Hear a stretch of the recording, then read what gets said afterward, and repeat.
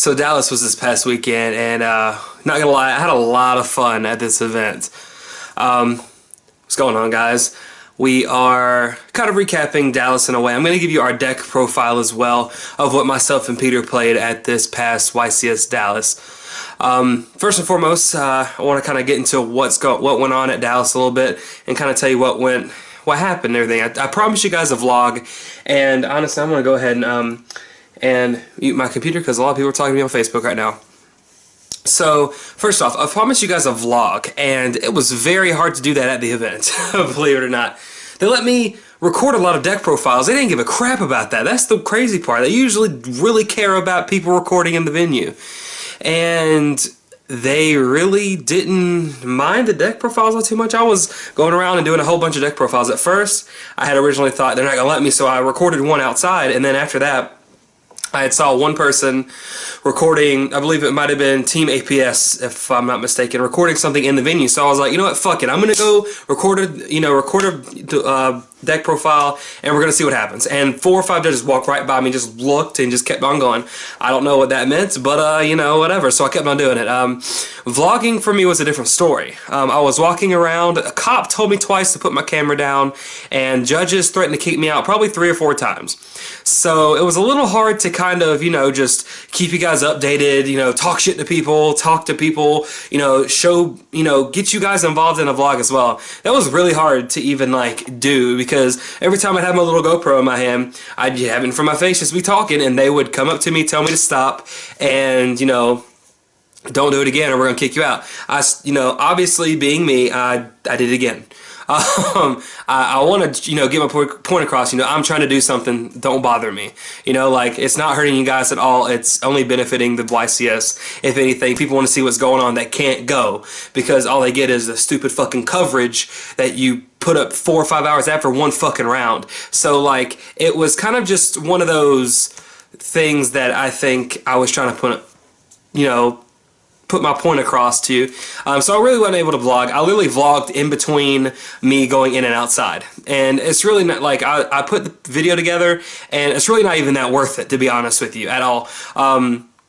So I'm not really going to even put that up. I do apologize for everybody who's looking forward to it. I do plan on, if I have the weekend off, I do plan on going to ARG Vegas with a whole bunch of teammates as well. So that's going to be pretty cool. I know I'm going to be vlogging that if I actually end up going as well. But I just want to go ahead and get into kind of like what our trip entailed and how, you know, the whole weekend went. So Blair and I, our friend Kyle Yarborough, actually, shout outs to him. He actually drove us up there at like 3 o'clock in the morning to the airport, and we flew out at 6 a.m.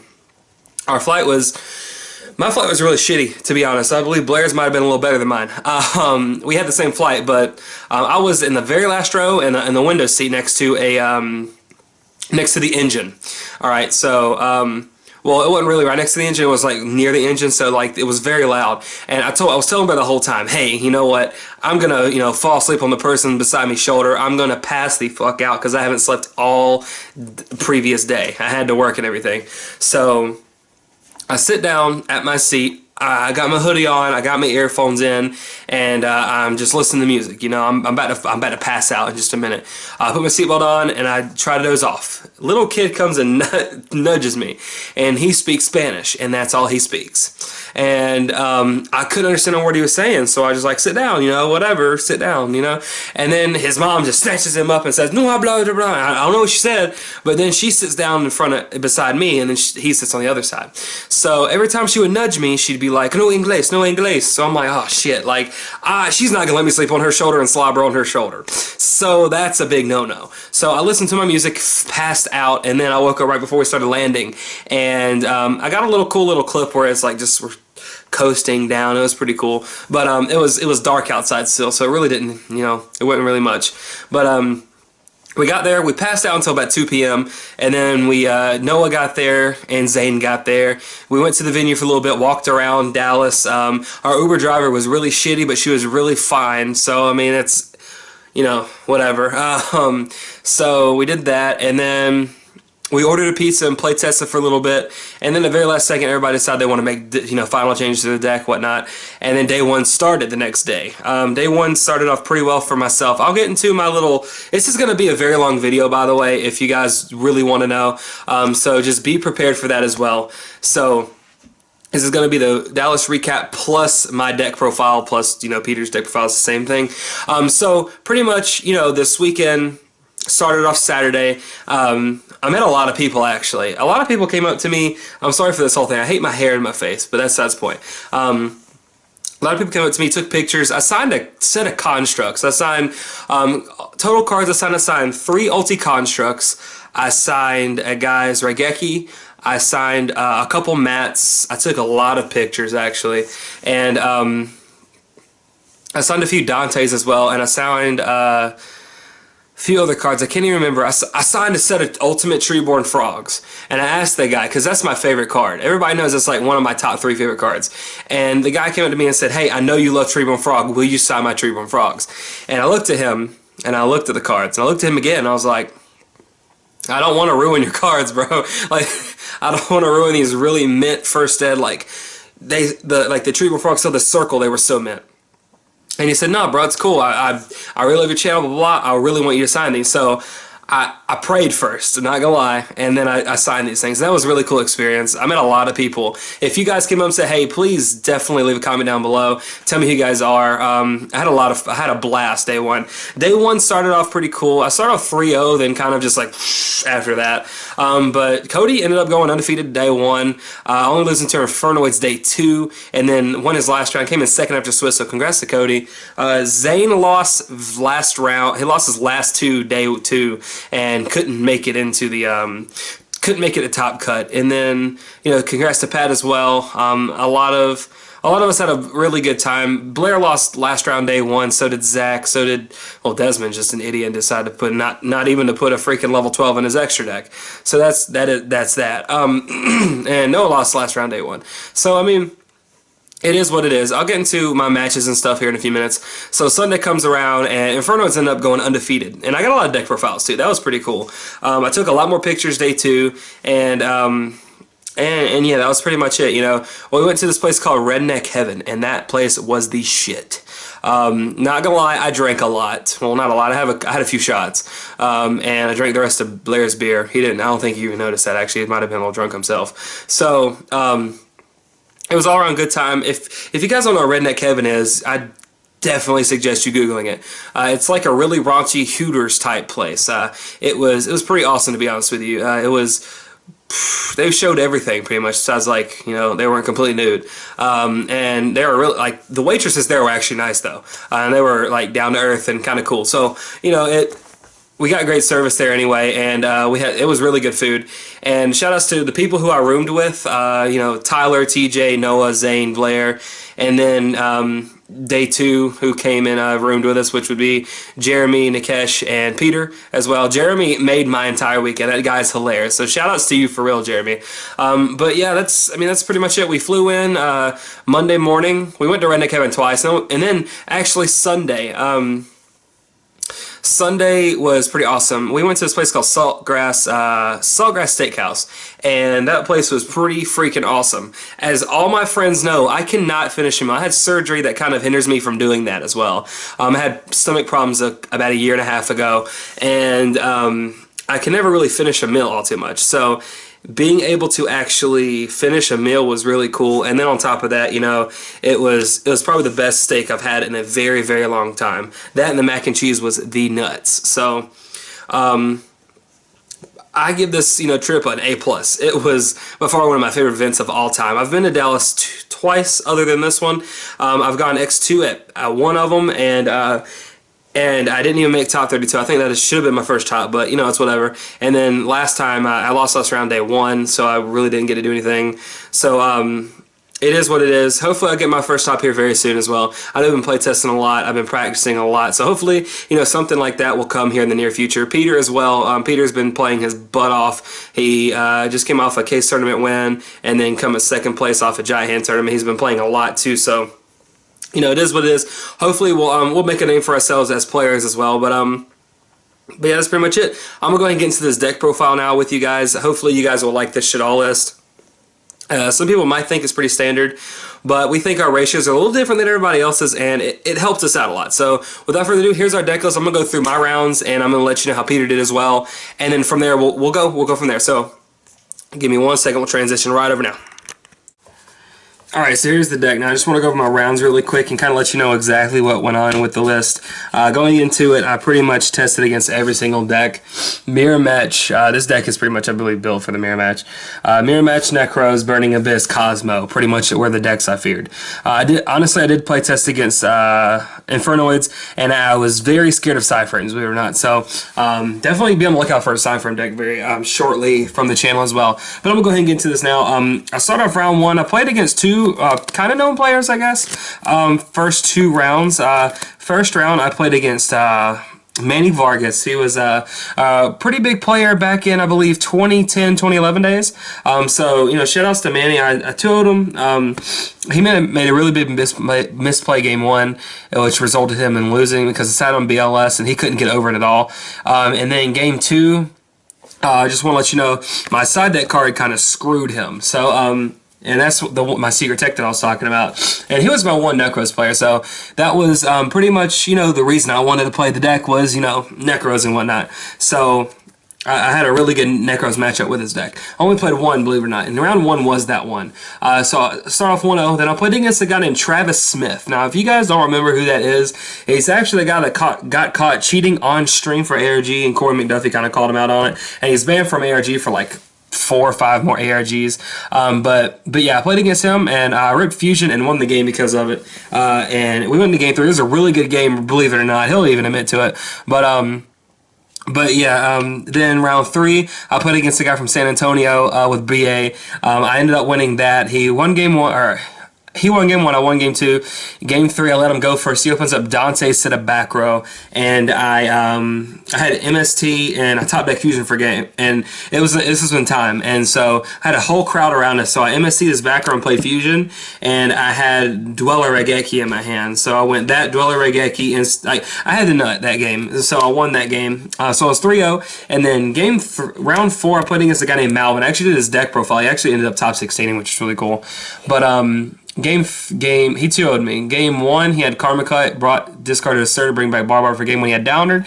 And then game 2, I let him go first. He goes, I open up 4 Shaddoll monsters, Max C. He summons Sir. I Max C to try to get, you know, some type of card off of Max C. And he tribute summons from Majesty and sets like Vanities, Warning, non-fusionary of some sort of combination like that. So he ended up winning that. Round 5, I ended up playing another BA player, and we tied actually. I made a really cool play. I was down by like 3,500 life points in turn 5, and I had a Winda, Dweller, Construct on the field to his 1. He had to go. He was forced to go Engineer and had a breakthrough in the grave. So I ended up going attack Dweller, attack with what was it? Attack with Winda. He responded with the Engineer, discard Farfa, and I believe it was Dweller, Chain, no, it was Breakthrough Skill, Chain Dweller. And so I ended up winning that game and forcing a tie. And so right now I'm X1-1 after round 5, and I played 2 Cosmo in a row. First Cosmo guy, I can't remember his name for the life of me. I can picture his face, but I can't remember him. He ended up 2-0ing, or it was either we went to game 3 or he 2-0'd me, 1-2. But he had, I locked him out of Vanities. He drew the out, and then he locked me out with Vanities. So that was game 1. Game 2, he just had everything, and I couldn't like make any forward progress with any plays I made. So he ended up winning that. And then I was gonna drop after that round because statistically speaking, every single, you know, Dallas, there's almost 1,300 players there that, you know, X2-1, you're not gonna make it. And so I was gonna drop, but then I looked at my pairings on my phone and I saw I was gonna play a friend named Gabriel. So I went ahead and played him. We went into game 3, and it was a pretty good game actually. And he ended up just testing it out there. He had double dragon, or excuse me, double mirror force. Now dragon won the back rows because I read one was mirror force, and the only way I could have won is I would have just taken the 50-50 shot, and I did, and it was a mirror force, so I got happy, and I went ham bone to the bone because, well, I didn't go ham bone, but like I'd made a really nice solid play, and he had the second mirror force. I was like, whatever, you got it, you got it. So he had it, and then after that, I ended up dropping from the tournament, and then Peter lost round like 3 and round 5, or no, it was round 6 and round 8, I believe, is the 2 rounds he lost, and then he lost day 2 round 1 or day 2 round 2, one of the 2, but he ended up not topping. But yeah, we played different side decks, and we played the same exact main deck and extra deck. So I'm going to go ahead and get into this now. I do apologize about taking so long with this, but a lot of people wanted to hear the entire recap and the deck in the same video, so went ahead and did it here. First, we got Triple Beast. That is not supposed to be in there. Triple Beast, we felt like our mirror match is going to be really crucial, and then being able to loop fusions and then being able to draw cards off this is really good as well. So why not actually end up just playing the 3? It actually benefited us a lot. Now, one card I think would be, I would have probably ended up adding the 3rd squad over the Beast in my build. Reason being, being able to recycle the Shaddoll with this card in core is very, very beneficial, and being able to do that and dodge a lot of things is pretty necessary. We played 2 Falco, 2 Hedgehog, and 1 Dragon. I honestly don't like this card that much. That's just me. A lot of people play 2, but I ended up just playing 1. We thought it was actually necessary just to play 1, so we ended up doing that. Then that Shaddoll Monster is 10. Shaddoll Monsters is 10, that is. And then for Mathematicians, we have to play 3. It's the main starter card in the deck, so why not play a, the best starter card in the game. Then for the Trick Clones, we play Trick Clone Shaddolls. We play double Hat Tricker, or double Damage Juggler, double Hat Tricker, and 1 Trick Clown. Now, we thought this ratio was probably the most efficient, per se. A lot of the time in testing, I didn't want this card to clog, and a lot of people don't want these cards to clog either. But at this time, if you summon a monster and you have these in your hand, this becomes like an instant, like if they have a monster, this becomes an instant rank 4 play. And we think rank 4s are the most beneficial, like they're the most powerful exceeds in the game, with the most consistent, like being able to consistently make something like that is ridiculous. And then on top of that, we thought Shekinaga was a really good call for this format as well. Regardless of Colossalus and Unicore, we thought that, being able to have, 5, 7, I believe it might have been 7 targets that we could have gone in Shekinaga for. It was really, it was really good, and we didn't want to, draw more than one of this, and then we wanted just to, either search it to go into it, or either if you had a hard draw, you did have another in your deck where you could draw it. Yes, it's a light, yes, it's 1600, but at the same time, like it just didn't come up where we needed more than one a lot of the time, so we ended up just doing that. Then for the rest of the monsters, 5 more, played double Max C, double Veiler. We thought the hand trap ratio was actually perfect. If one thing we would change, we'd probably change this to a 3rd. My personal opinion, I would probably change it to a 3rd Max C, and then actually play another breakthrough skill over these 2 Veilers. That's just me. I might end up trying that, but right now, this worked well for the most part. Being able to leave a board open and not get Trish was really cool. Being able to stop TheCardGuyz is really cool, and stuff like that. And then the last monster was BLS, the almighty BLS. If you ask people saw me draw this a lot. And yes, of course, I didn't do as well as I thought I would, but this card came in handy when I was actually down or anything like that. So BLS, I think, is the MVP of the entire weekend. That's just me. I think it should be banned, but, whatever. I believe the monster lineup is probably 24. 1, 2, 3, 4, 5, 6, 7, 8, 9, 10, 11, 12, 13, 14, 15, 16, 17, 19, 20, 21, 22, 23. 23. I'm losing my mind, guys. Then for spells, let's go into it here. Play Triple Fusion. You have to. Let's play Triple Fusion and Triple L Fusion. Staple cards. Gotta play them. Then we decided to only play 2 Instant Fusion. A lot of times we were seeing this card, it was very iffy at times, having it clog like it did.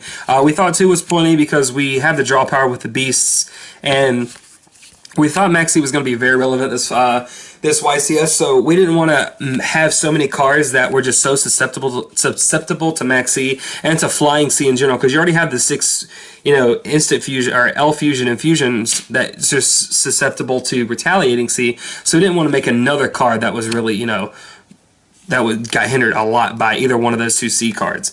Then we played 4 1-ups for spells. We played Book of Moon.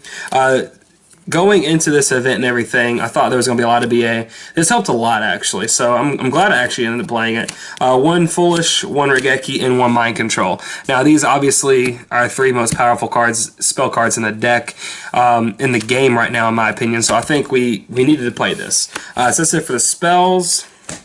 And for the traps, we played 5. We played Double Breakthrough Skill. Like I did say, I'm gonna try to add a 3rd one because Colossals are bitches. Then we played 1 Torrential. We thought this was gonna be a surprise factor, and it actually was a lot of the time. TT ended up being probably one of the most clutch cards of the entire weekend, being able to make people overextend to get around a construct or a big board, and looking at your cards, all your cards are floaters at this point. So, TT their board, you get your Trick Clown back, you get your Falco reset. They can't make a further play, and so you get a fusion back. You flip Falcos and the Beast and then El Shaddoll or Shaddoll fusion into a construct, and they can't just come back from that. Like, they're too far down. I played the 1 Core and the 1 Vanity's Emptiness for our 5 trap cards. So the main deck is actually 40 cards. It worked really, really well. I would suggest, guys, definitely trying this out. If you're wanting to go to a regional or like a big tournament in your area, definitely end up trying this list out. It was, very good. I'm going to go ahead and get into the extra deck and then the side deck card with my tech, actually.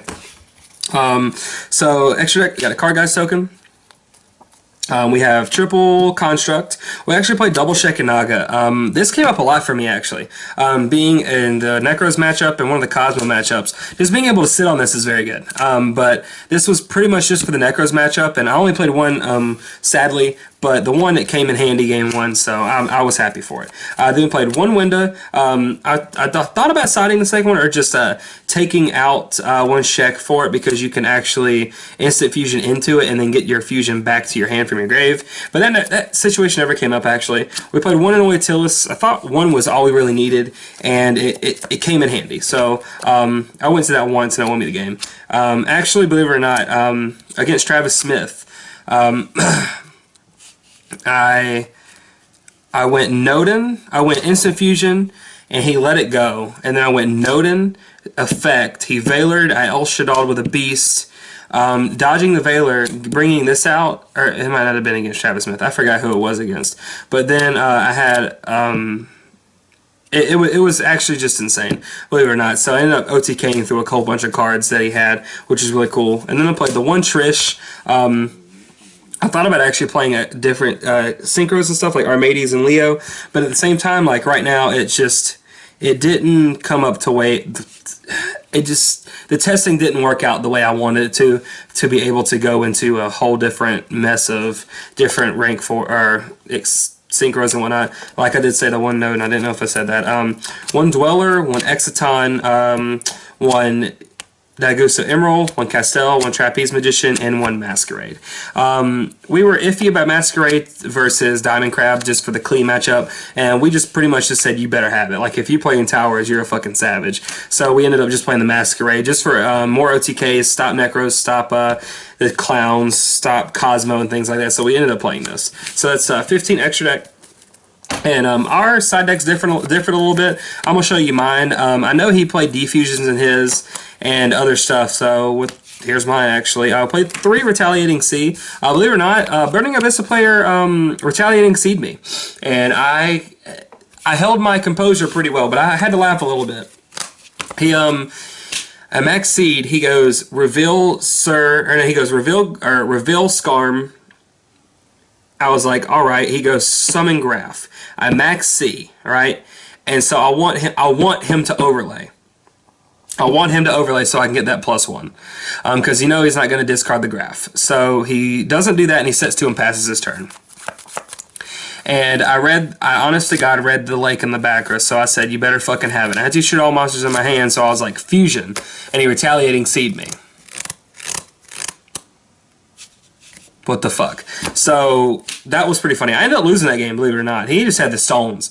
But yeah, I would never have thought about getting retaliating in the Burning Abyss matchup. He lost. He neg 2'd himself and still ended up winning that game. So I don't even want to go there. Then we played the third Max C just for the BA matchup. So ended up playing this, siding this in against, or taking out the Veiler, one Veiler for this as well. So yeah, it was pretty awesome. Then double Decree. This deck only plays 5 traps, so why not play Decree when you can against like Tellers and stuff. Then we played, let me go back to the MSTs here. I played triple MST. Looking back on it, I probably should have played the second Dragon over one of the MSTs. That's just something I think I should have done, but triple MST was fine. I only got to play it like once or twice. Then, obviously, the triple mistake. Sorry, I'm a little sick still. It's a mistake not playing triple mistake, I believe. This card is just too good, and it shuts down a lot of things. Floodgates are cards. And then the 13th, 14th, and 15th extra deck or side deck card that I've been testing for a little bit. Shout outs to Dion for actually suggesting this, and it worked out a lot. It stopped, like, the entire weekend was, you know, don't get Retaliating Seed, and it's Mind Drain. This deck does not get hurt by Mind Drain at all. A lot of people probably think, oh my god, Max C, you know, Retaliating C, you know, everything like that. Well, this card helps you not get Retaliating Seed. I believe right now, this format per se, people were trying to main deck as many, like, how you would say, just hand traps in general. I saw people main decking Retaliating C, Max C, and Veilers, and Cyframes actually became a thing. I didn't even know what they did until after round 1. I got terrified because I did not want to play a single one of them. But apparently this deck shuts that down. This card shuts that down. So Mind Drain, it stops Retaliating C. Just drop this on their draw phase, and they're not doing anything. The theory behind it was, and you're playing against Necros as well. We asked so many Necros players, asked a lot of people. They side MSTs in against Shaddolls. Like, they're not going to be playing that many traps, so why... Don't even be scared of, you know, the Decree. So we ended up siding both of these in, or I did at least. He played Debunk over the Mind Drain. But my theory was, you know, they're not going to be siding Decree in for the matchup, so why even worry about it? Let's just side deck the most tape possible. Like, these right here are the nut. So against my round 1 Necros opponent, he goes, or I go Mathematician, Kommanod Falco, set to pass. His turn happens. I have breakthrough set with Mind Drain. I flip a Mind Drain draw phase.